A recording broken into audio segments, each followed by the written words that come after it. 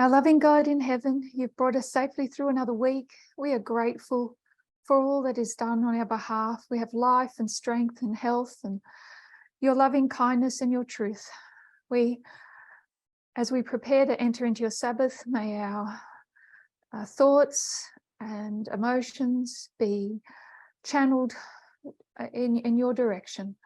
We ask for guidance in this discussion, that we may see your glory and also understand the issues that are challenging us at the moment. So we leave ourselves in your care and just thank you for the truth that has opened our eyes to all the world events that are showing us where we are. And we pray for that preparation to be ready for the test. We ask in Jesus' name. Amen. So I hope you've all had a good week and you've been able to sleep soundly, knowing that no super intelligent AI is going to turn the world into paper clips and kill us all. I hope those fears were dispelled, and we want to just continue looking at artificial intelligence tonight and what it is that we do have to be worried about. So I'm just going to read from Wikipedia about existential risk from artificial general intelligence, because there are loud voices with lots of money that are promoting this fear of existential risk through AI. Existential risk from artificial general intelligence is the hypothesis that substantial progress in artificial general intelligence could result in human extinction or some other unrecoverable global catastrophe. It is argued that the human species currently dominates other species because the human brain has some distinctive capabilities that other animals lack. If AI surpasses humanity in general intelligence and becomes super intelligent, then it could become difficult or impossible for humans to control. Just as the fate of the mountain gorilla depends on human goodwill, so might the fate of humanity depend on the actions of a future machine superintelligence. So why are mountain gorillas alive today? Is because we're basically nice people and we allow them to be alive. And what if you had something that was more intelligent than us that didn't feel that way towards mountain gorillas or didn't feel anything? So there wouldn't be any push to keep them alive, and we would fall into that same category. The chance of this type of scenario is widely debated and hinges in part on differing scenarios for future progress in computer science.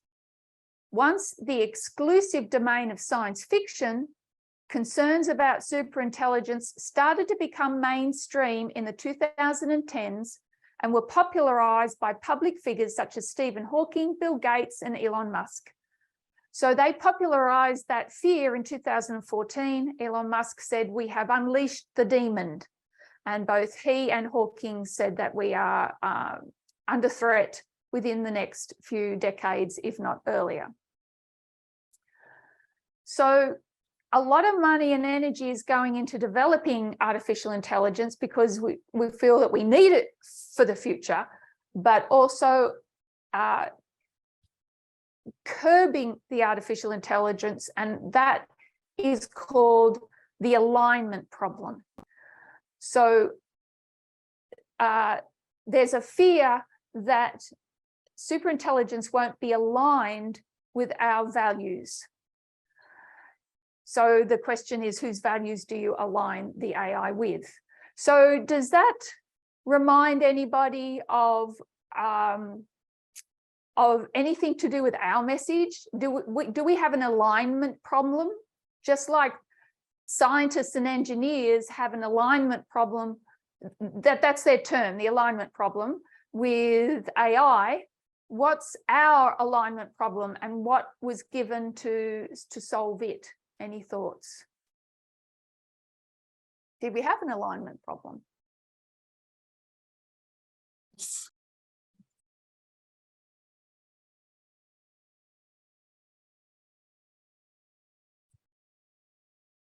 Catherine. Well, we were aligned with the wrong side of the political spectrum, so perhaps that's what you're speaking of. Yeah, that's why we had the midnight cry message. We were aligned with wrong values. And so we were given a message to realign us. And that's the purpose of the reform line. A reform line is realigning us so that we have the same values as God, that we are thinking the way he thinks and feeling the way he feels. Would you like to add anything more to that, Catherine? Well, Josephine has her hand up, so perhaps I didn't. Yeah, so perhaps okay. yeah. Josephine?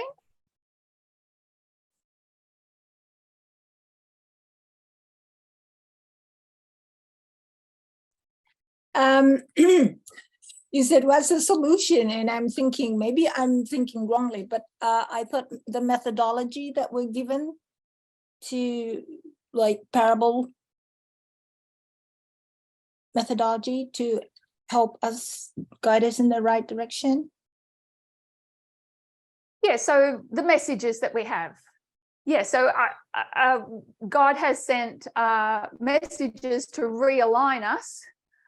But first we have to realize that there is a realignment problem, an alignment problem.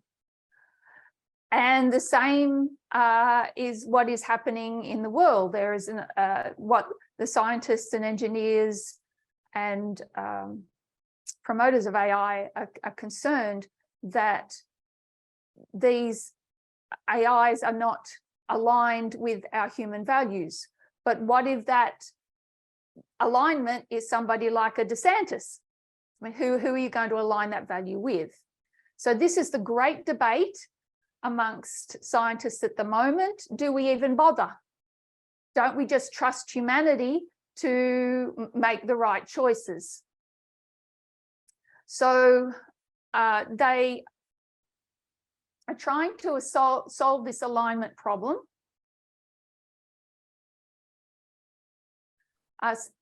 Somebody put it like this: the alignment problem refers to the challenges caused by the fact that the machines simply do not have the same values as us. In fact, when it comes to values, then at a fundamental level, machines don't really get much more sophisticated than understanding that 1 is different from 0. So that's something that we looked at last week, is that they don't have values. All that the machines understand is that 1 is different from 0. Basically, AI is math. Beautiful, amazing, brilliant math, but that's it. So just like we see in politics, in religion, it's a polarized world, and it's polarized in these sciences as well. So we went and looked at another voice, at Melanie Mitchell. So Melanie Mitchell is the Davis Professor of Complexity at the Santa Fe Institute and Professor of Computer Science at Portland State University. Her current research focuses on conceptual abstraction, analogy making, and visual recognition in artificial intelligence systems. She's the author of 6 books, numerous scholarly articles. We looked at one scholarly article, which was 2014, and I can put her up here. Melanie Mitchell, I'll just put MM. And she wrote the paper, Why is AI Harder Than We Think? And she gave 4 fallacies. So let's review them. I'll remind us of the first one. The first fallacy was that narrow intelligence is on a continuum with general intelligence. That's a fallacy. It's not true. So what are we talking about when we say narrow intelligence? I had an experience just a couple of weeks ago. I was shopping in Melbourne. I was at a supermarket that we have out here in the sticks, but I went to a larger one in Melbourne, and I had one of those trolleys that isn't a deep trolley. It's one of the high, where you don't have to put too much in that trolley. And I came up to the self-serve checkout. I put pears on the scales, and I didn't have to press anything. It came up and it gave me a couple of choices, but pears came up automatically. Usually you have to press fresh produce. Didn't have to do that. I thought, oh, that's interesting. Luck of the draw. Then I put some onions on, same thing. Then I finished my shopping and it asked me, have you emptied your trolley? And I did my trolley and it wouldn't let me go any further. It says, call assistance. So I called assistance and I didn't know what the problem was. And she said, she doesn't like the empty bag in your trolley. And I said, you know, it knew that I had pears on it. And oh, she's very smart. So it's not a she, we understand that, it's an it. But I think this woman was very proud of this this machine. And this is the advances that is happening in narrow intelligence.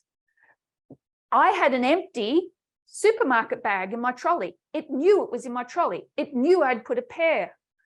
So these narrow intelligences are improving all the time. And when we see them, we go, wow.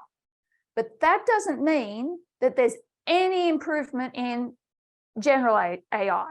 It's just not connected. So we're going to continue to see improvements in narrow intelligence, and it will wow us. No closer at all to artificial general intelligence, to human level capabilities. So that was fallacy number 1. Can anybody remember one of the other 3 fallacies?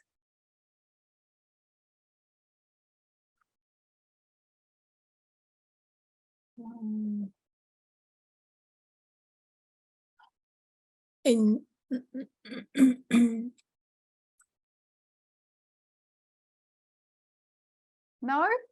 Okay, so Josephine? We discussed that last week, didn't we? Yeah, there were 4 fallacies Yeah, about I can artificial remember. intelligence. I can remember the one that I actually mentioned, and I'm not in those words, but the reasoning. You can't really reason the computer. No, why do we use the word reason? What's the fallacy? So that's correct. We say that it reasons, we say that it understands, we say that it's thinking. What's the fallacy? What makes us do that? I'm stumped. It's okay. We anthropomorphize it. We use human language, human terms for this machine. And that creates confusion. So when we use terms like reason and think and values, they're fallacious terms. Even the word intelligence, scientists argue over that word. So that's 2 fallacies. Anybody remember any others? Okay.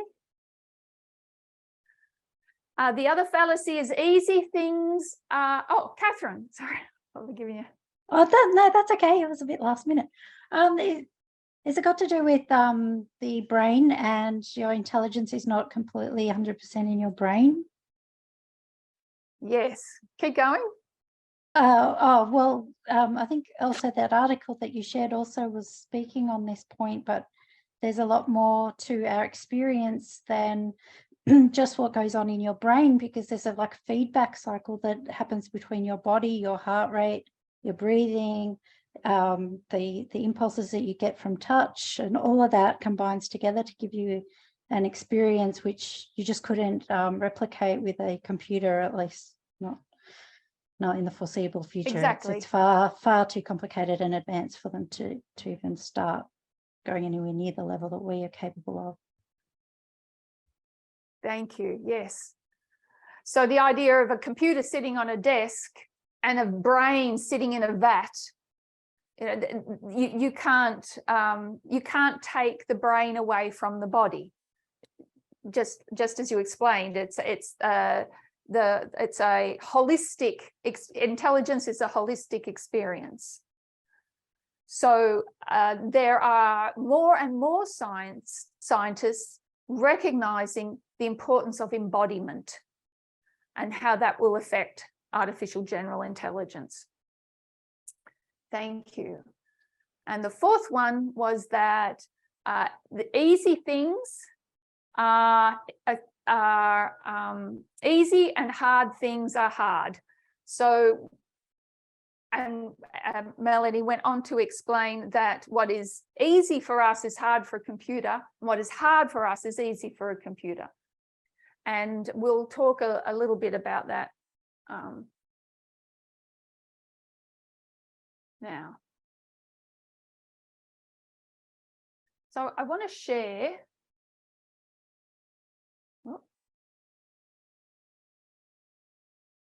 So in her book, Melanie Mitchell wrote a book in 2019. I think I gave the wrong date last time. 2019, she wrote a book, and in that book, she speaks about Andrei Karpathy. Let's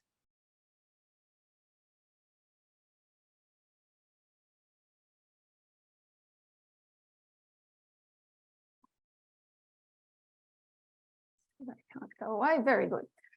Andrei Karpathy wrote a blog in 2012. Now, who is he? He's a Canadian computer scientist. He served as the director of artificial intelligence and autopilot vision at Tesla. So he still works for Tesla. He specializes in deep learning and computer vision. And this is a blog that he wrote in 2012. And I want you to take a look at this picture here, and I'll read what he writes as you look at the picture, and I'll read part of his blog underneath. He says, what would it take for a computer to understand this image as you or I do?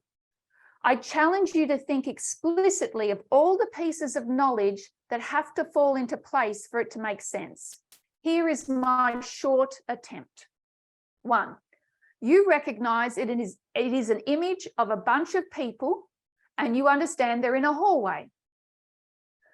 You recognize that there are 3 mirrors in the scene, so some of the people are fake replicas from different viewpoints. So I've got a mirror here, a mirror here, and a mirror here. They're in a locker room. You can see they're in a locker room. You recognize Obama from the few pixels that make up his face. It helps that he's in a suit and that he's surrounded by other people with suits. You recognize that there's a person standing on a scale, even though the scale occupies only a very few white pixels that blend with the background. But you've used the person's pose and knowledge of how people interact with objects to figure it out. He's standing on something, he's got his arms up, you know what he's doing. You recognize that Obama has his foot positioned just slightly on top of the scale. Now notice the language. It's in terms of 3D structure in the scene, not the position of the leg in the 2D coordinate system of the image. So we're seeing this as a 3D picture, even though it's a 2D. We know that there is movement and that there is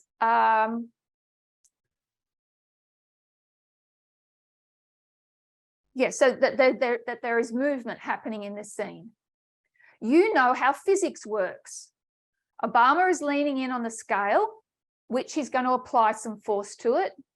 The scale is going to measure the force that's applied on it. And the way it works is it will overestimate the weight of the person on the scale. You figured that out just by looking at it. You know that the person measuring his weight is not aware of Obama doing this. You derive this because you know his pose. You understand that the field of view of a person is finite. He hasn't got eyes in the back of his head. You understand that he's not very likely to sense the slight push of Obama's foot. You can see the look on his face. You know that he's unaware. whoops, sorry. You understand that people are self-conscious about their weight.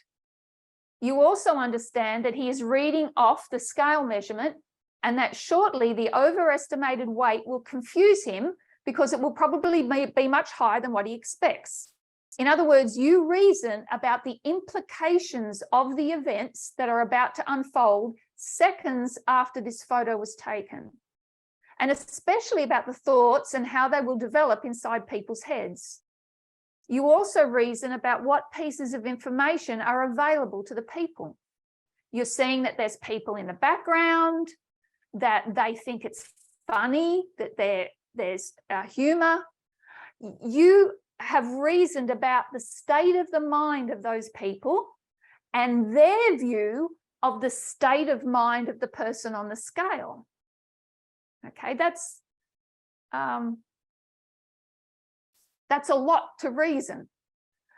And finally, the fact that the perpetrator is the president makes it maybe even a little bit more funny. You know that that is the president of the United States.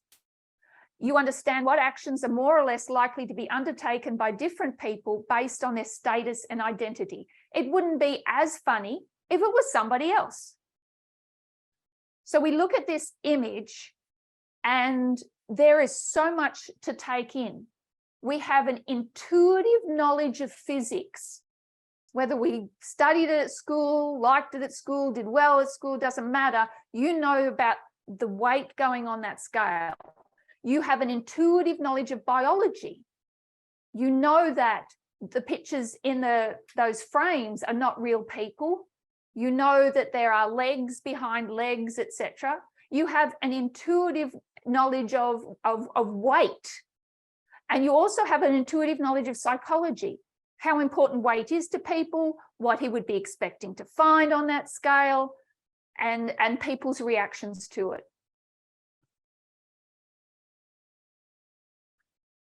And he's got a lot to say about this. He says, I could go on, but the point here is that you've used a huge amount of information in that half second when you look at the picture and laugh. And I just want to go down to his bottom comment here. Thinking about the complexity and scale of the problem further, a seemingly inescapable conclusion for me is that we may also need embodiment, and that the only way to build computers that can interpret scenes like we do is to allow them to get exposed to all the years of structured experience, that we have the ability to interact with the world, and some magical active learning inference architecture that I can barely even imagine when I think backwards and about what it should be capable of. So in 2012, this was a blog that he wrote, scientist that's working with Tesla, and 10 years later, nothing's changed. This blog was repeated in Melanie Mitchell's book in 2019, and it's still used today. He's a highly respected scientist. They're no closer to getting a computer to think the way that we do than they were in 2012. 2012 marks the beginning of the AI spring. This is when things really started to bloom, and we'll talk about that a bit more. But 2012 is an important date for AI. So any thoughts?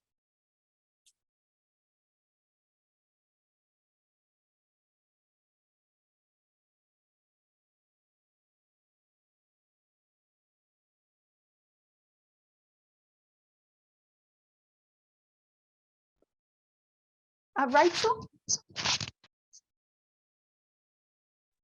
It was interesting when I was looking at that picture, I started writing down some of the words that I was thinking that that we just sort of have to understand what that picture was, and you end up reading some of it. But I think the experience thing really stood out for me, having a lifetime of experiences, interactions, connections, and in context all those things that we process with, you know, a blink of an eye, that I could just see that in that picture that you showed. Having that experience is really fundamental to understanding the humor behind that picture, and the connection. So yeah, it was just really good to see that picture and analyze what we see. Yeah, we don't think about it, do we? We just looked at it and go, oh, yeah, that's funny.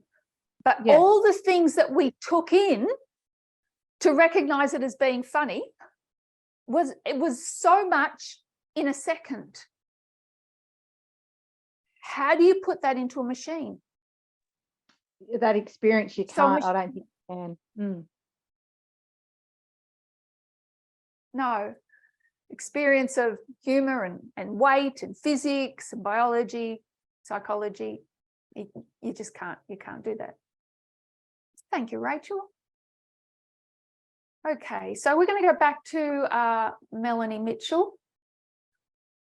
So there were that she exposed 4 fallacies, and then of regarding AI, and then what actually makes us intelligent.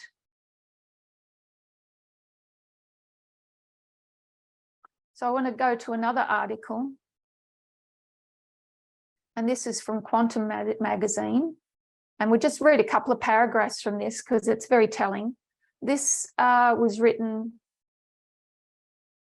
when was this written?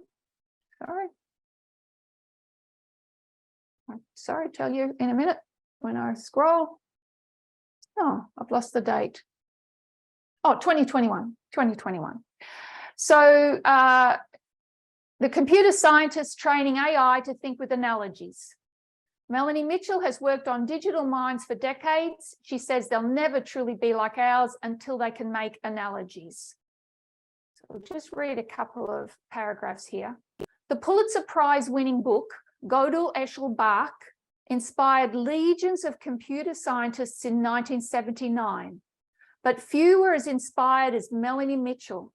Okay, so Gödel, Escher, Bach was written by Douglas Hofstadter, and he really started even though people have been studying AI and working on that since the 1950s, it was this book that really got people leaving their professions like Melanie Mitchell and wanting to understand artificial intelligence and also how the brain works. So there was a time when artificial intelligence wasn't just about engineering. It was about cognitive science, psychology, all of those things were involved, and that's what's missing today. So I'll just share something that he said, and if I write it down somewhere.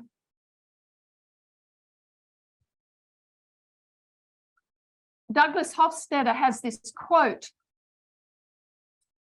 Melanie Mitchell quotes it all the time. He says, without concepts,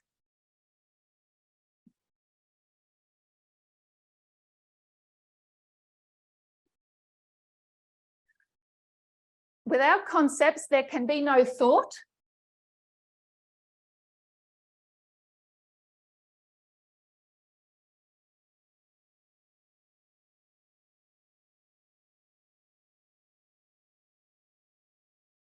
And without analogies, there can be no concepts.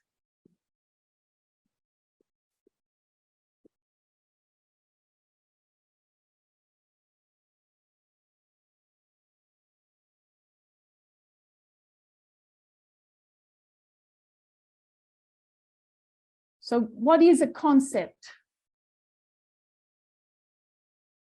A concept is something we conceive in our mind. It's a notion or it's an idea.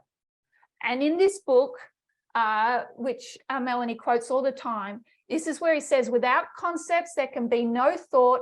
Without analogies, there can be no concepts.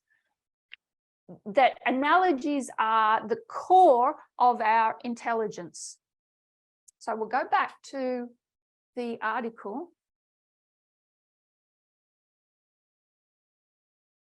The Pulitzer Prize winning book, Go to Leschel Bach, so that's 1975, it inspired Mitchell. She was a high school math teacher in New York. She decided she needed to be in artificial intelligence. That's once she read the book. She soon tracked down the book's author, AI researcher Douglas Hofstadter, and talked him into giving her an internship. She had only taken a handful of computer science courses at the time, but he seemed impressed with her chutzpah and unconcerned about her academic credentials. Mitchell prepared a last-minute graduate school application and joined Hofstadter's new lab at the University of Michigan in Ann Arbor. The two spent the next 6 years collaborating closely on Copycat, a computer program which, in the words of its co-creators, was designed to discover insightful analogies and to do so in a psychologically realistic way. The analogies of Copycat came up with were between simple patterns of letters, akin to the analogies on standardized tests. So if you were to sit an intelligence test, you'd have questions like, if the string ABC changes to the string ABD, what does the string PQRS change to? So you do those analogous tests when you have an intelligence test, and these were part of standardized tests in America as well. That's what they do for their school curriculum. Hofstadter and Mitchell believe that understanding the cognitive process of analogy, how human beings make abstract connections between similar ideas, perceptions, and experiences, would be crucial to unlocking human-like artificial intelligence. Mitchell maintains that analogy can go much deeper than exam-style pattern making. It's understanding the essence of a situation by mapping it to another situation that is already understood, she said. If you tell me a story and I say, oh, the same thing happened to me, literally the same thing did not happen to me that happened to you, but I can make a mapping that makes it seem very analogous. It's something that we humans do all the time without even realizing we're doing it. We're swimming in a sea of analogies constantly. As the Davis Professor of Complexity at the Santa Fe Institute, Mitchell has broadened her research beyond machine learning. She's currently leading SFI's Foundations of Intelligence in Natural and Artificial Systems project, which will convene a series of interdisciplinary workshops over the next year, examining how biological evolution, collective behavior, like that of social insects such as ants, and a physical body all contribute to intelligence. So what it contributes to intelligence? So she says biological evolution, but take note, collective behavior, being social, and also having a body contributes to intelligence. But the role of analogy looms larger than ever in her work, especially in AI. And today's state-of-the-art neural networks are very good at certain tasks, she said, but they're very bad at taking what they've learned in one kind of situation and transferring it to another, the essence of an analogy. So that's just an introduction. She's going to go on and talk about it more in that article as they interview her. But notice we're swimming in the sea of analogies constantly. We don't realize that it's so much a part of how we think, how we read and understand.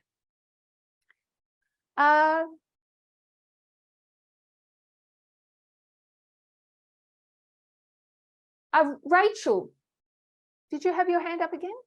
I didn't miss you. No, I think it was Brendan next. Okay, Brendan. Oh, I had my hand up more for the previous photo with Obama in it. So I No, make it. want to take you back Did there. you want to make a comment?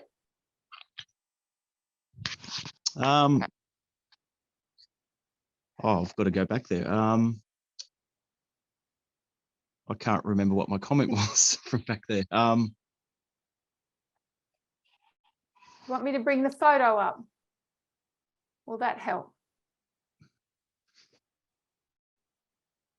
I think it was sort of a continuation of what Rachel was saying. You know, I guess when you brought up the previous story from your experience, how the technology identified the pair, and then it identified your shopping trolley. You know, it's for a piece of technology to look at that photo, and I guess it, as you know, at the moment it would detect a pair, but behind that pair there's a whole bunch of meaning. So I just, Yes. And it's looking at Obama and pretend he's the pair. Well, but there's a whole bunch of different meanings behind that pair. So I just can't see how it can be possible. Like it can detect that something is there or something that isn't there, but it can't detect the emotions, the meanings, the story. It can't figure that out. That's the problem, and that's what I guess this next person is trying to make happen with these analogies. Is that right? Yes, yes. So after last week's presentation, Rachel contacted me and we chatted back and forth shortly. And you made the comment, Rachel, about humour, how much analogy is in humour, which made me Google. I just Googled lame jokes. And you just saw analogy, analogy, analogy, analogy. And of course, you know, makes sense when you look at it. We do that all the time it makes things funny, but at the same time, it also helps us to interact socially. It helps us to grow in our understanding and make better choices because we can transfer learning. So a child can, I think by the time they're 1, they've got 60,000 images in their head. So it's not enough to have the image in your head. You've got to transfer what you've learned about those images into your behavior as you develop and grow. So by the time you get to our age, there's a lot that has been stored on file that is more than just an image of a pear or an onion. So thank you, Brendan. Did you want to add anything else? No, I think that's yeah. I'm interested into how she's going with that, because I guess that's what she's trying to do. She's trying to derive meaning behind images or with her analogies. Yeah, seems like an impossible task. It is, and as this scientist was saying, he did this 10 years ago. 2022, they're no closer to it, and yet he's working on autonomous vehicles with vision technology, so that the cars know that there's a car in front, etc. But it's just so limited because it cannot. It might see somebody walking out on the street, but when we see that, we take in much more than the object. We can notice a lot of other things that are going on around that object. We take in more than we realize. It's so subconscious that we don't even think about it. And that's why we couldn't possibly think about it, or we're burnt out as it is, thinking about what we have to think about. So it's, the brain helps us to do things that are easy. Otherwise, we just wouldn't survive. So it's amazing. So I guess the limitations, even with what he's dealing with, is, we would see a hole in the fence and cows broken through the fence, even though they're not on the road. An AI wouldn't necessarily detect that as being a problem because it's on the side of the road. And how would we see that and take caution and slow down? knowing that there's no cows even breaking through yet, but we would that's just one of a million different things that we would just take caution and slow down. And yet, how do you teach a computer to do that? It would. How would you say that's a hazard when it's not necessarily in your way? And the other thing that she brings in there is that idea of us being social creatures. So a lot of our experience and learning is because we are among others. And we take other people's, it's not just our experience, we look at other people's experience. So you know that the farmer down the road had cows get out of his paddock and you knew what happened. So that brings a whole level, another level of understanding to when cows get out of your paddock, or there's a hole in the fence and they might get out. She used quite a few photos in her book. One of them was a woman crossing a road and she had a stroller and she was pulling a dog, and the dog had stopped to sniff at the post, and you're 2 car lengths back. And it's amazing what your brain takes in and how you're going to respond when you know what a dog will do once it's pulled. If it's pulled, it might go, it just gives you an extra, that dog pulling back could let go any minute and run across the road quickly because of experience, because of analogy. And that helps you to drive in a certain way. How do you get that experience into an autonomous vehicle? It just sees a dog pulling off to one way. It's not going to expect that the dog's going to go this way because the woman's pulling it. So there's lots of millions and billions of examples like that when you think about it. Rachel. I just, not to hold you up, but just more thoughts when you're talking about your pair. So those computers can identify an object, but they don't know what it tastes like. They can identify a person crossing the road, but they don't understand that person might have a walking stick, or, they don't know how old they are. And I think one thing that keeps popping in my head is that that predictions, I don't know if that would come under predictions, is just analogies as well. I'm not too sure, but that they can't predict. Yes, predictions. Yeah. Yep. Like the cows, what the cow's going to do and that just all comes from experience. Yes, and these latest technological advances are actually built on making predictions, but they're based on mathematical equations and not on experience, so that they make mistakes. We might be able to get to that today. So yeah, that's a really good point, Rachel. Is that they can predict, they can get it very wrong. So advances in narrow intelligence are amazing. The supermarkets have got to do that. They must lose heaps of stuff through those checkouts, that they'd be easy to walk out with stuff. So they've developed the technology, but that machine didn't know that I had taken extra bags in there just in case, and I didn't buy as many groceries as I thought, so the empty bag's still in the trolley. But that's okay. We fixed it. It's going to be extra work for the assistant, but things with technology, you learn by mistakes, and they're continually fixing them. It's not making them smarter. It's humans programming them with. And there was an amazing story just this last couple of weeks. The University of Melbourne have now got technology, voice technology, that can determine if a person has Parkinson's disease. Doctors have been doing that for years, listening to how a person speaks.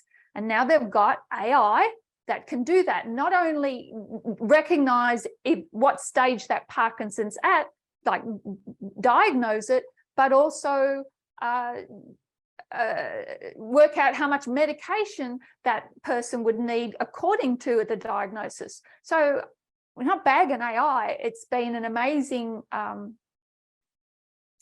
blessing, but yeah, there's a big downside. So somebody, I read somewhere, somebody said, it's not that AI is too smart and it might take over the world. It's that AI isn't smart enough and it has taken over the world. So what we want to look at is what isn't it smart at that's taken over. So analogies. I've been thinking, I get distracted now every time I'm reading something. I see analogies everywhere. And even when we're talking about AI winters and AI springs, that's analogies. We can feel the winter, we can feel the spring and the excitement and the new growth. There was, we talk about COVID waves, the waves of the pandemic. There was another one we'll talk about tomorrow when we look at the article that from the Washington Post that Elder Parminder put up on originalism and the Constitution. It's amazing how much analogy is in that document. Okay, so analogy and common sense. Common sense is simply the ability to exercise good, sound judgment in practical situations. Common sense is your own feeling. It's not common in the sense that other people agree. It's common in the sense that it feels completely ordinary and obvious to you. So does that make sense? Brendan, you've got your hand up again. I should have grabbed you earlier. I was just, yeah, it was a little, before you made that comment, it was more, isn't this, I guess, this overall theme of analogies, isn't that just how our message operates? And isn't it just, it's parable teaching. So AI cannot identify analogies, it can't identify parable teaching. Or am I heading down a different path? No, that's exactly what we talked about last week. If you consider Christ object lessons, and when Jesus taught in parables, he's really tapping into what is innately makes us intelligent. It's not just it's no gimmick. There's science behind what he is doing. He's forcing us to compare situations because we're built to do that. That's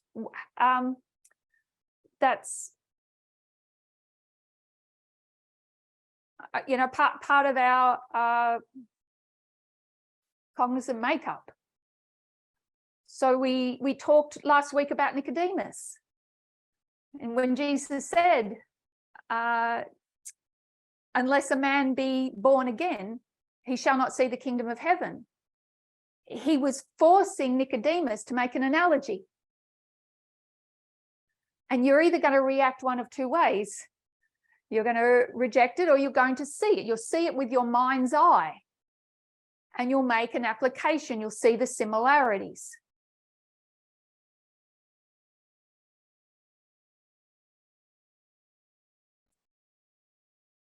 So does that help, Brendan? Yes, thank you. Okay, so back to common sense. Why is it common?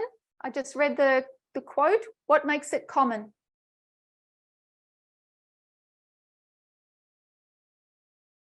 Catherine? So to you, the person experiencing it, it seems common and obvious to you, but it's not necessarily what everyone else actually thinks the same as you. Is that what you meant? Yeah, it's not common because it's applies to everyone. It's common because it's subconscious. It's so obvious and ordinary. Yeah. So you can't separate analogies and common sense. So when Nicodemus rejected the analogy, he lost his common sense. Do you want us to get back in the womb? Well, don't be silly. So they're very much connected. So what is it that we are to be afraid of? So 2022, huge year for AI. The spring started in 2012. And let's just look at a couple of things that have happened this year in artificial intelligence and see what the problems are. So this is a New York Times article, and it is from, I think, from September. Let me just check. August. Yep, August. We need to talk about how good AI is getting. We're in a golden age of progress in artificial intelligence. It's time to start taking its potential and risks seriously. So what he's going to talk about here is DALL-E.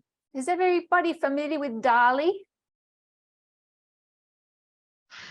It is a text, so chat. Catherine. Oh, yes, I am familiar with DALL-E, yes. Okay, if you'd like to explain it to everybody. That's artificial intelligence generated art. You can type in keywords that you want the art to portray.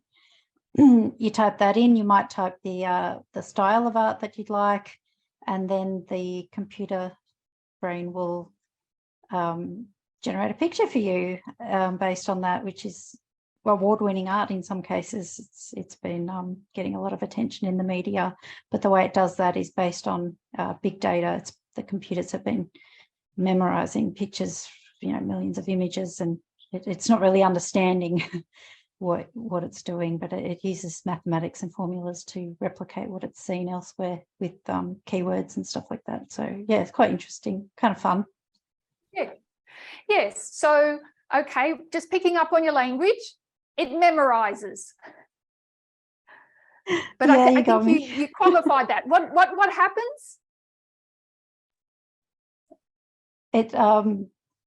It scanned millions or billions of images, and it's stored them on its drives, and then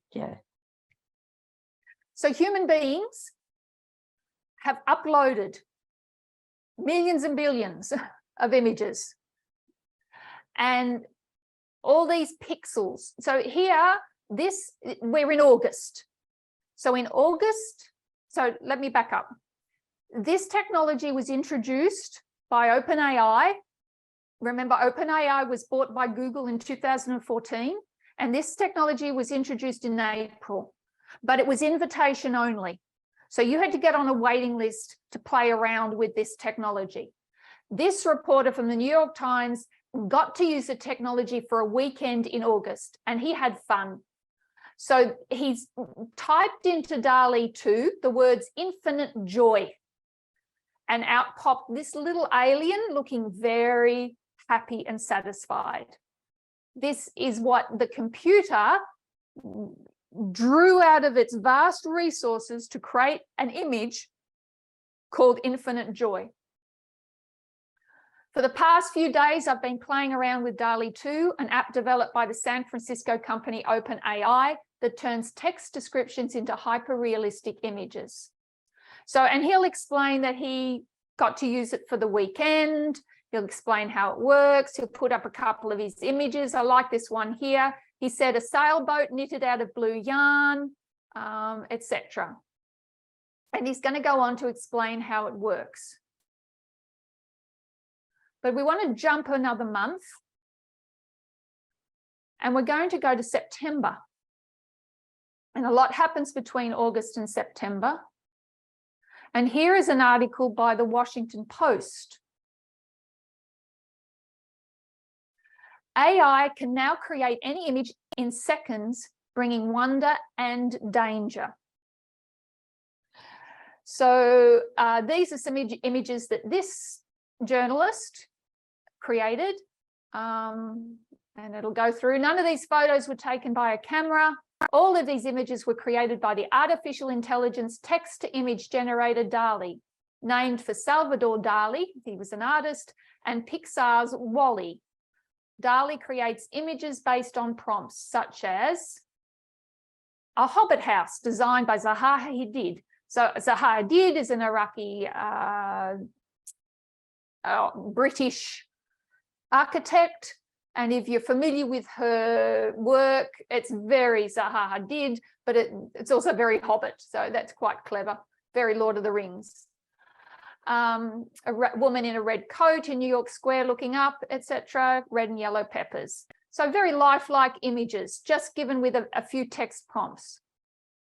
Since the research lab OpenAI debuted the latest version of DALL-E in April, the AI has dazzled the public, attracting digital artists, graphic designers, early adopters, and anyone in search of online distraction. The ability to create original, sometimes accurate, and occasionally inspired images from any spur-of-the-moment phrase, like a conversational Photoshop, has startled even jaded internet users with how quickly AI has progressed. 5 months later, 1.5 million users are generating 2 million images a day. On Wednesday, OpenAI said it removed its waitlist for DALL-E, giving anyone immediate access. So in September, it's all in. Anybody can use it. I think you have to pay, but it's not much.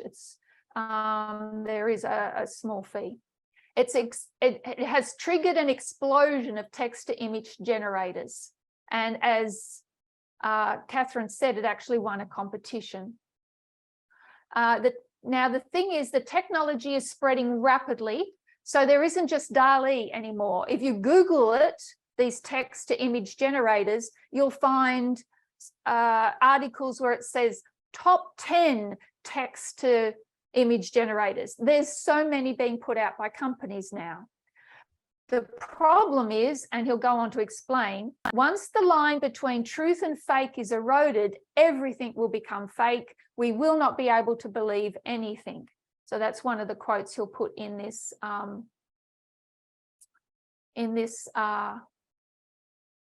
article. There's just a few points I want to pull out.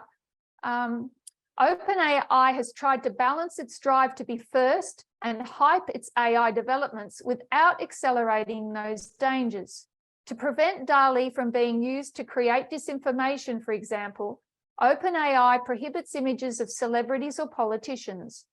OpenAI chief executive Sam Altman, so Sam Altman, Elon Musk, and another man were the founders of OpenAI. Sam Altman's still in charge. They justified the decision to release DALL-E to the public as an essential step in developing the technology safely. You have to learn from contact with reality, Altman said, what users want to do with it, the way that it breaks. So basically what they've done, this is the argument happening in artificial intelligence at the moment, is what parameters of protections are in place. So a lot of these text-to-image generators have none. So you've got this fight, this libertarian fight of, do we place filters on our equipment? Do we have protections? Or do we just trust the public, give it to the public, and then when things go wrong, we'll fix it then? And so this is the argument. How do you regulate these things? And this is the argument you see if you're keeping an eye on what's happening in the Twitterverse at the moment with Elon Musk. He's come in and he's bought that company because of the problem with managing disinformation. There's a name for it, which isn't standing out to me. Brendan. Well, you mentioned it anyway. I mean, I don't see any difference between managing digital art and managing, speech in social media, or you mentioned Twitter. So like, isn't it the same principle? So in one sense here, they're trying to, resolve making it safe in the digital art world so they don't create false images, and yet they haven't really done a very good job in managing the words over the past 10 years. So it's the same principle. They just need to focus on the words as well that have been spoken. Yeah, so we're following, exactly, we're following the development of some of these AI technologies this year, but with this is DALL-E 2. Eventually we'll discuss chat box, the new chat boxes, so that it's text to language, and when there's no constraints on that, what the possibilities are for disinformation. So I'll just show you a couple How of does things. this just seems like Yes. it's like Pandora's box. Like this is out of control. We haven't seen it yet. We haven't really. So when they release something like this, like DALL-E 2 and the chat box GPT-3, which we haven't discussed yet, that means that we're not hearing what's actually still being in development. So DALL-E 2, next year it's going to be DALL-E 3, it'll be Chatbox 4. What 2023 holds in AI is already in development. And people that have seen it have been wowed. They come away thinking it's magic.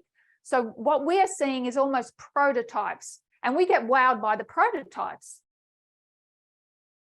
But they say the next 12 months in AI is going to bring amazing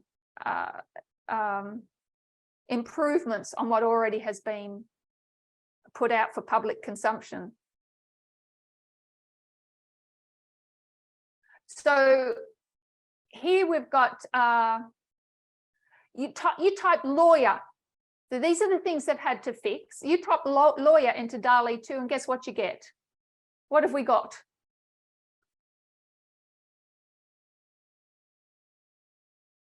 What's our problem? Catherine? Oh, they're all men. Yep. All white men. Even yes. white men. Yeah. And if you type in stewards, airline stewards, they're actually all Asian females. So this is the biases that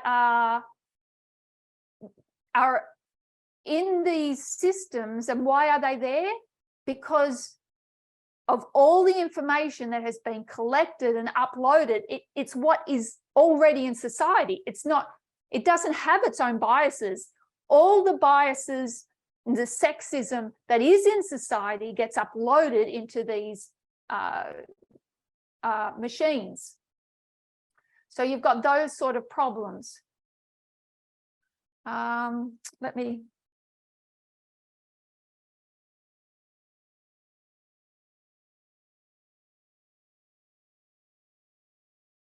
trying to find a paragraph here. That's the problem. Oh, I like this one. These are a bowl of soup that looks like a monster knitted out of wool. You may have seen these, but there's lots of other sites. I'm just looking for a particular paragraph. I think I've gone past it.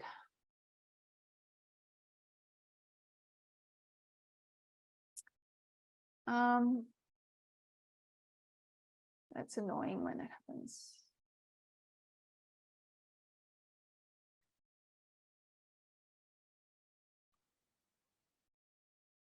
You're like the avocado chair in an orange background. It's very clever.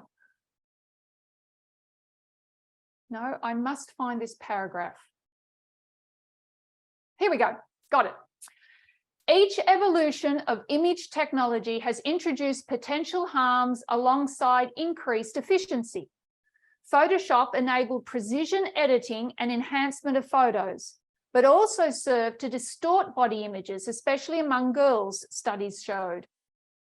More recently, advances in AI gave rise to deep fakes. So deep fakes were actually invented in 2017 and became huge, viral in 2018.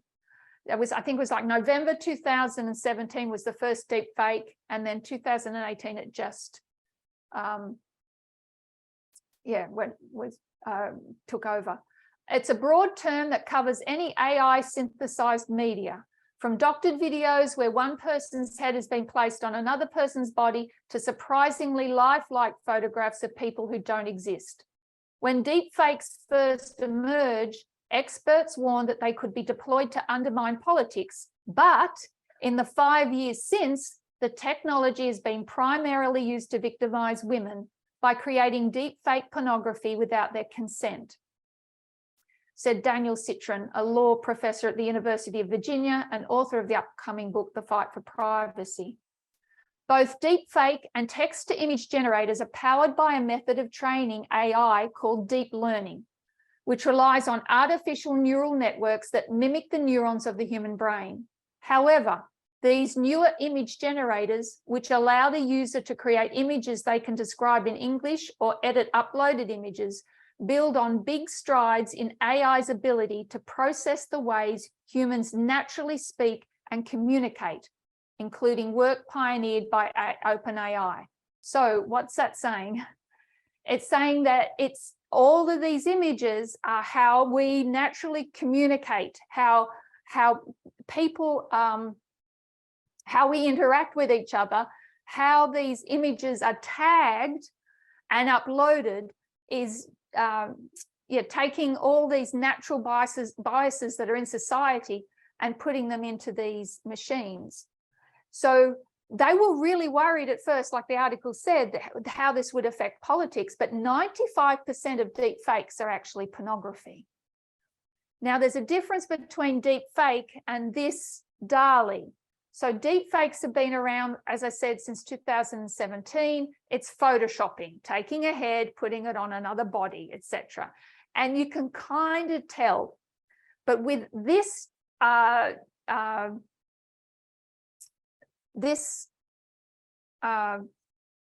generator,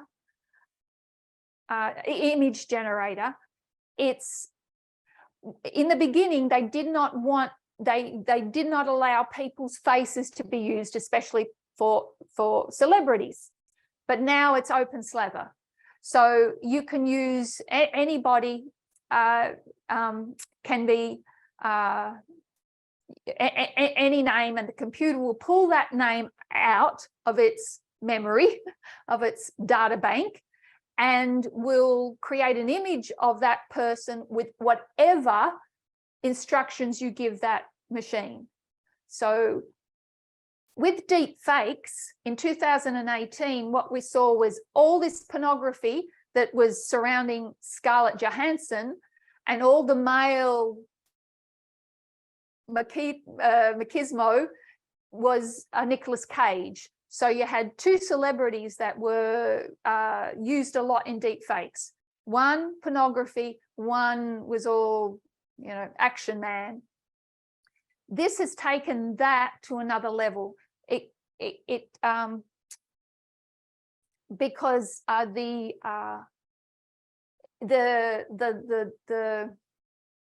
clarity of the picture is just getting better and better, and you can put them in any situation. So we see how this is affecting women in particular.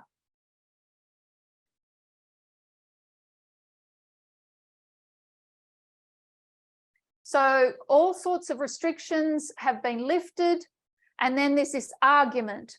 So the leaders of one particular generator, it's called Midjourney, have said that there's a paternalistic approach of not trusting users. So they say, we don't want to have checks and balances on our machine. We want to trust the users. And so there's basically human nature being what it is, it's just used for the worst type of things. So how does this happen? We haven't looked at the chatbot yet, but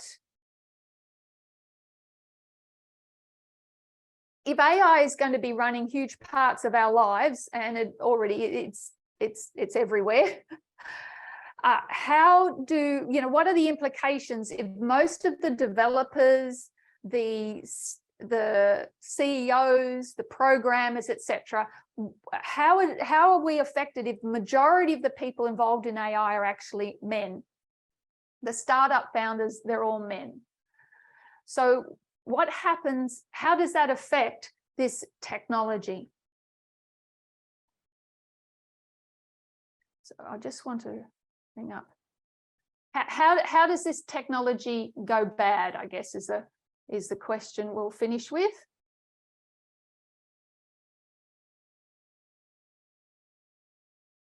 So in 2018, there were a group of 3 journalists, 3 women, journalists from NPR, so that's equivalent to our ABC, and they founded a startup company. Now, startup companies are they're companies that are in the first stages of operation. So you've got an idea, you've got some technology behind you, and now you need to get it funded. So they've started this startup company and they're looking for funding. But in there, what they're wanting to create is a type of virtual assistant. If you've heard of Siri, or which is the Apple assistant, this is it's another assistant. But what they were aiming to do was have an assistant that would help librarians and museums and students to have more culturally reliable machine-ready data on women. So that's the idea of this assistant. So in 2018, they're researching, and they spend the summer with Topcoder. Topcoder is a crowdsourcing company. So where do you get all the images, all the information to put on these machines? You go to crowdsourcing companies. There is data that is available for everyone. It's public data sources. That's what all the AI technologies use to create their inventions, to begin their technology. So you've got to access these public data sources. So what they found is that if we look at one, for example, so they went to Wikipedia. If you look at Wikipedia, it's a public data source. So connected with Wikipedia is also Wikidata.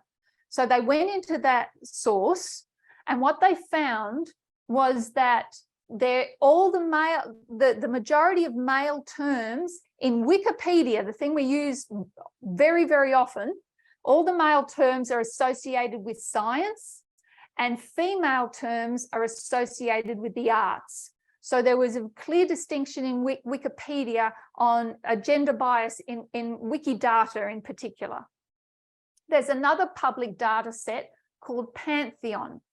So Pantheon lists 70,000 biographies of famous people.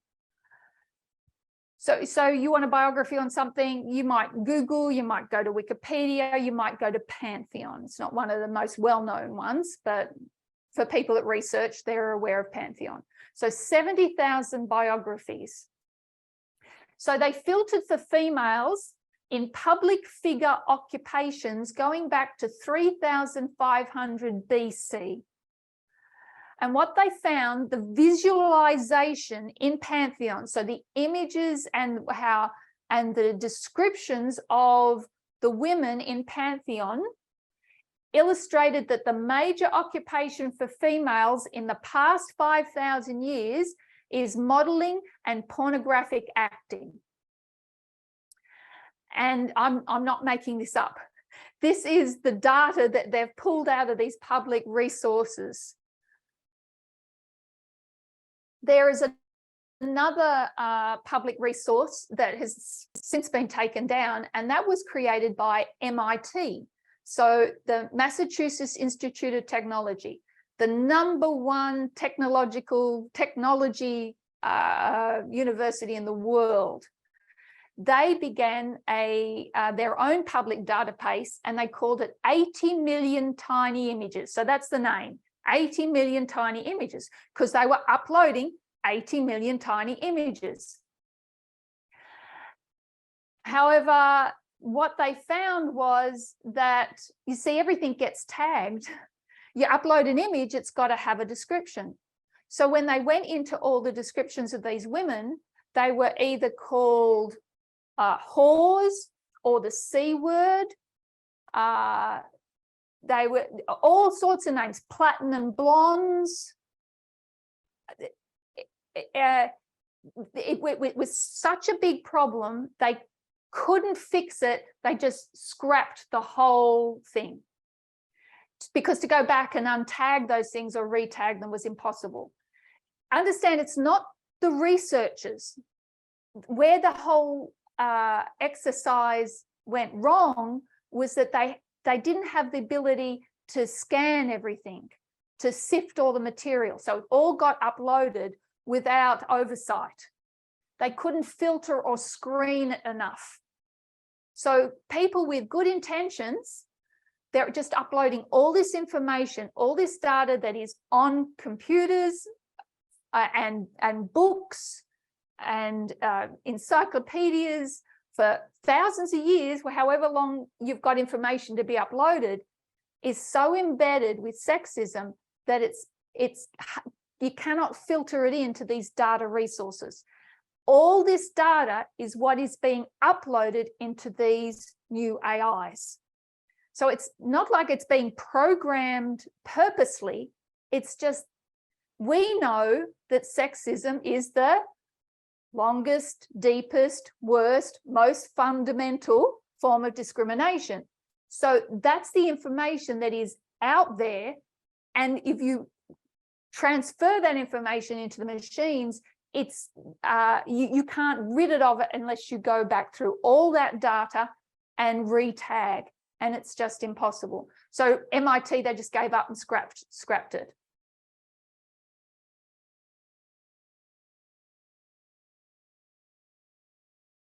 So the reason we have DALL-E, the reason we have a lot of these image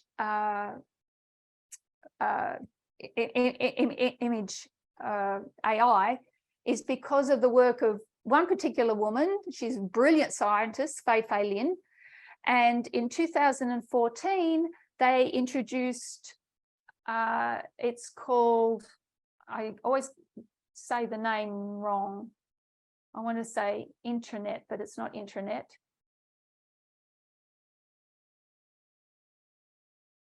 It was an AI revolution. So it was actually, sorry, not 2014. This is 2012, and this starts this AI spring. And she got the idea to build a giant visual resource, because she said if AI is going to get intelligent, it just needs to have data. It needs to have all this, as much information uploaded into it. So they set about doing that.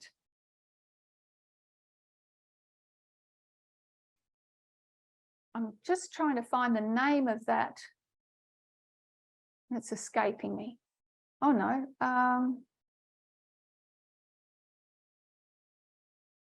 ImageNet, that's what it's called, ImageNet.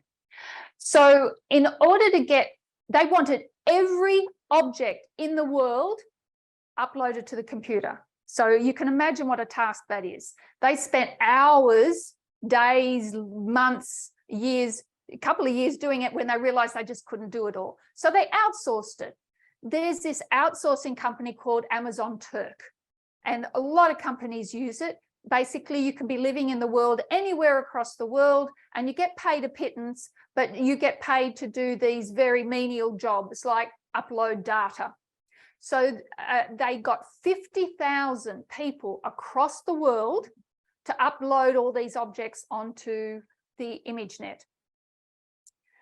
And then there was two people, a researcher and a journalist, who wanted to demonstrate the dangers of AI.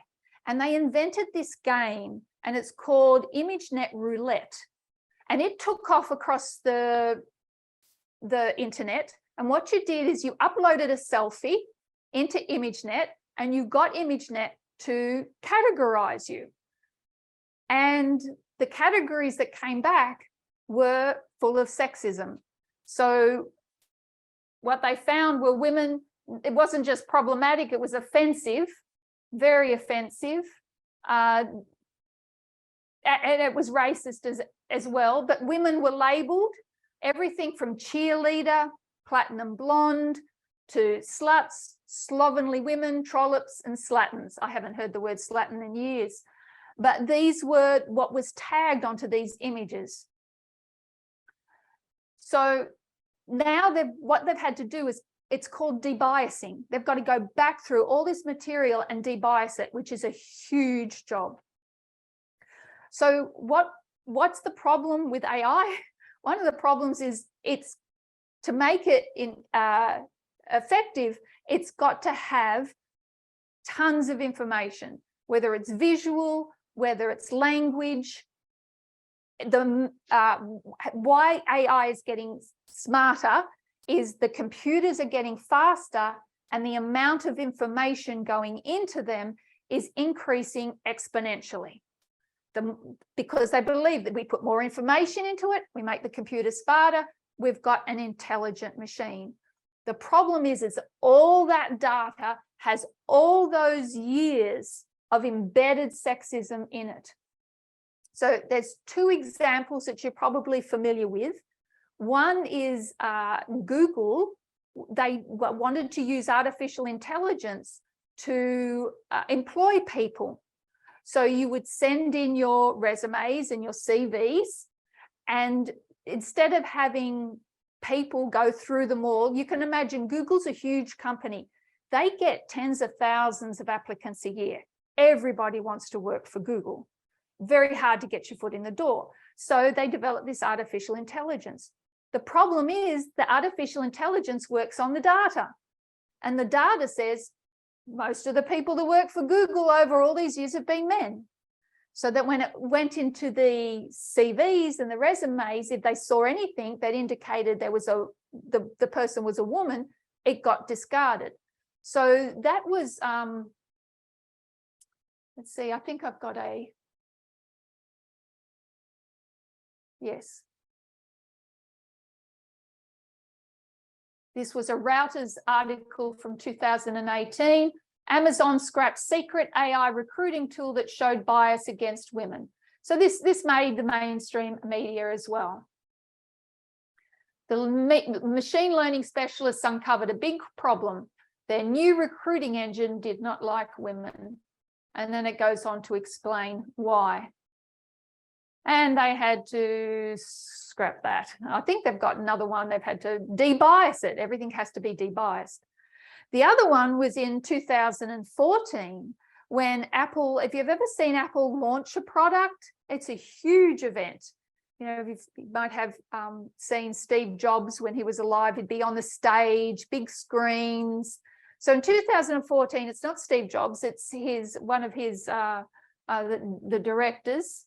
And have I got something for that? Yeah, here it is.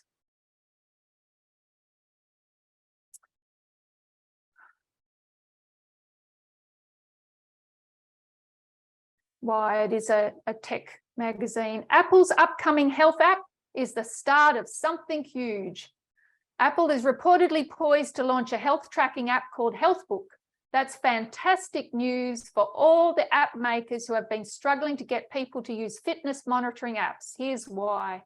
So what it's going to do is it's going to monitor all your vital signs, your salt intake, everything. This amazing app that was going to be on your iPhone, on your watch. And what could possibly go wrong?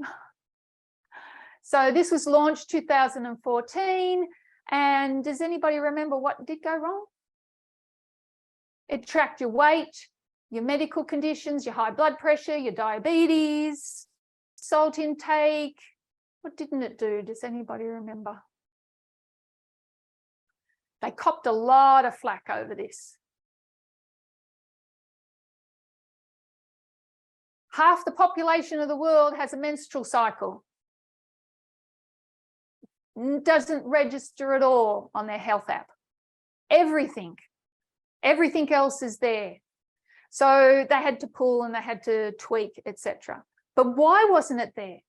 Were these people just totally oblivious, or what they're doing is they're working on the data? They go to these data sources and everything is innately embedded with sexism. And they've got to go back and debias these things. So when we've got talking of things about, when we're talking about image to text generators, and maybe next time we'll talk about the text to language generators, which is the latest huge thing that it's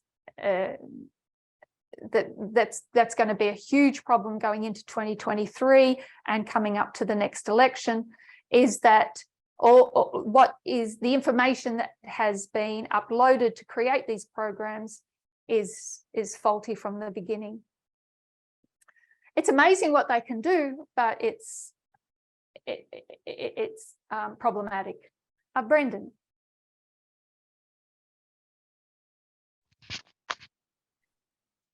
So you've got, so to debias would be to try and bring equality. I guess that's what that would mean. Is that what you agree with? So here again, you've got this battle between whoever's driving this AI technology. If they're prioritizing freedom over equality, and already you can see whether it's a company or a government, you need big business, big employee base, big government to manage equality, to bring equality. If you're bringing freedom to cut costs, you wouldn't be worrying about debiasing anything. So you've got this, it's a massive problem. It's the new frontier of the speech wars. It's raising it to another level. And this is all happening now over these new chat box. So, you know, the text to image, that's fun, but none of us really, you know, that would play around with that kind of thing. What we will look at next time is these text to these language generators, and this is a game changer. And to debias something is just painstaking work. It's much easier just to upload everything, but if you've got to go back and re-tag, and then these algorithms set in.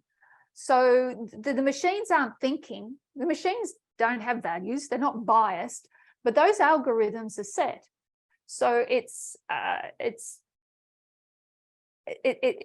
and then you've got the arguments between the creators saying we need I'm trying to think of the word, if you can think of, who did Elon Musk, content moderators. So let's sack all the content moderators and let's give everybody the freedom and the liberty to do what they please. And that's the fight that's going on between the creators at the moment. If you regulate, who's going to do the regulations? You're going to have people on the right that will say, okay, we don't want anything that will aid a person to explore their own sexuality. We don't want anything like that. So they're on the right wanting to regulate, and then you've got on the left saying no regulations, freedom. And then caught in the middle is just a mess. So when we think of what we have to fear from AI are the two things that this movement has recognized. 1, sexism, 2, disinformation. And that's what we'll be promoting it, especially as we go into 2023. There will be, what we've seen come out this year is just really, as marvelous as they are, they're almost just prototypes to what's coming out, what's coming around the corner. They're already planning their big releases on the next language generators.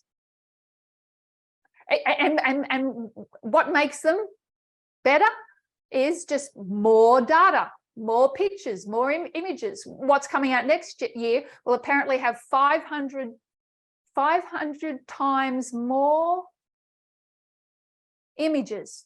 That's a lot when you think that there are hundreds of billions of images on these, or sorry, I should say hundreds of billions of words on these computers, and they're going to increase that by 500. That's a lot. Josephine.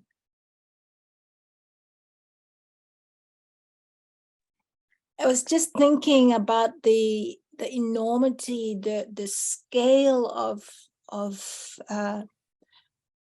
sexism that's been uploaded into these databases or the sources, and thinking about a message. And as we go towards Sunday law, it's quite scary.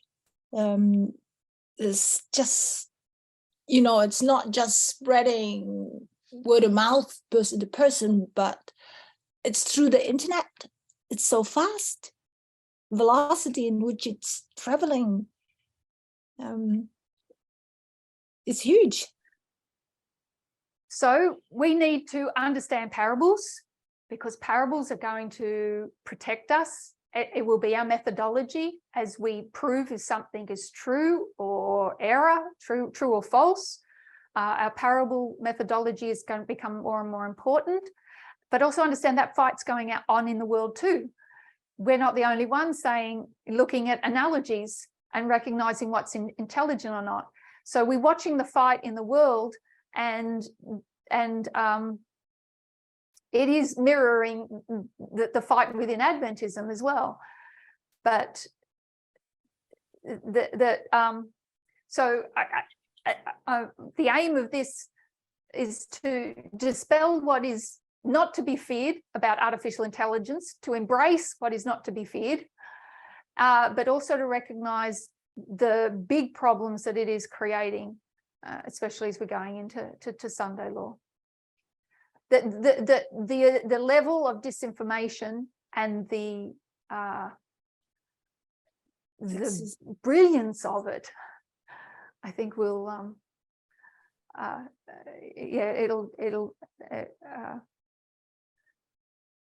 we can kind of be a little in awe, but at the same time we have the tools. Brendan?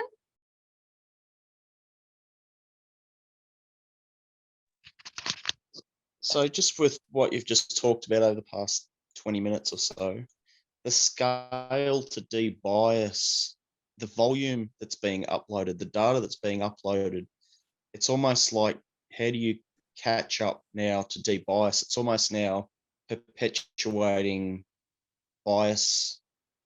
Like, how it's running away. Like, how do you catch up now? Like, I don't understand. How do you content moderate that level of data? Isn't it now just perpetuating sexism, and it's built into the system and built into the algorithms? And like, I don't see how that can be fixed. Like, how many hours would it take to fix the bias in the levels you've just spoken about? Like, I just can't, my mind can't even comprehend what it would take to fix that problem. So therefore it would perpetuate. How do you can't fix that? And so you see articles on our news services about how there are efforts to take the sexism out of medicine. and there's so much artificial intelligence used in good ways to diagnose and treat, etc. But even all those things have been affected by the data that is uploaded into them. And we could have the media broadcast or the TMW broadcast full of articles every day. If you're watching, and I'm sure you all are, and just looking at headlines, there's always these things popping up. And it's surprising how often artificial intelligence is behind them. In that everything, it is, our world is run by it today. So it can't help but be affected. It's not evil in of itself, but it's the information over thousands of years, and especially since the industrial age, and that has been uploaded. Information on women has been limited. There just hasn't, nobody's bothered. We know that those studies have been done. And so there's even it might not be negative information, it just might not be much information. Just like Wikipedia. There was an article, my mum sent it to me, I don't know, it was this year or last year, and it was a woman from, I think, Ballarat or Bendigo, who spends every day, she uploads a story of a woman to Wikipedia, because it's really well known just how unbalanced Wikipedia is on the biographies of women. Very little about women scientists, and in any particular field. So she's doing her little bit to correct it. And that's kind of made the news.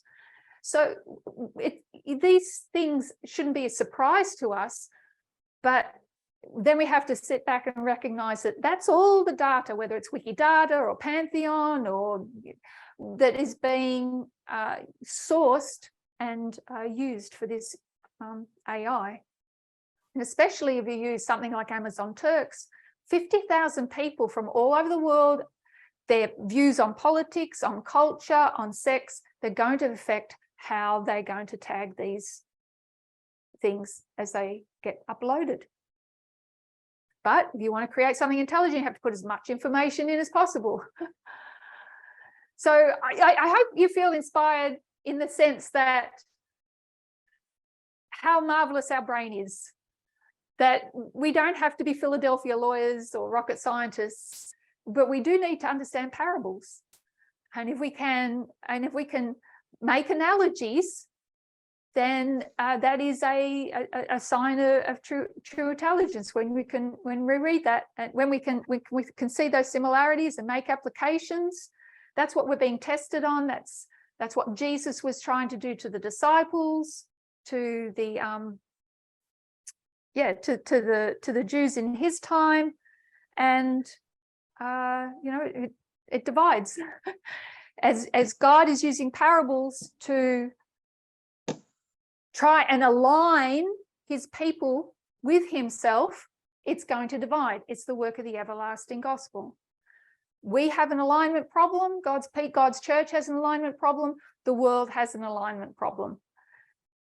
And so we're just looking at external events. So, Brendan, anything else you wanted to add? No, thank you. Well, would you like to close in prayer? Sure. Hopefully it doesn't break up.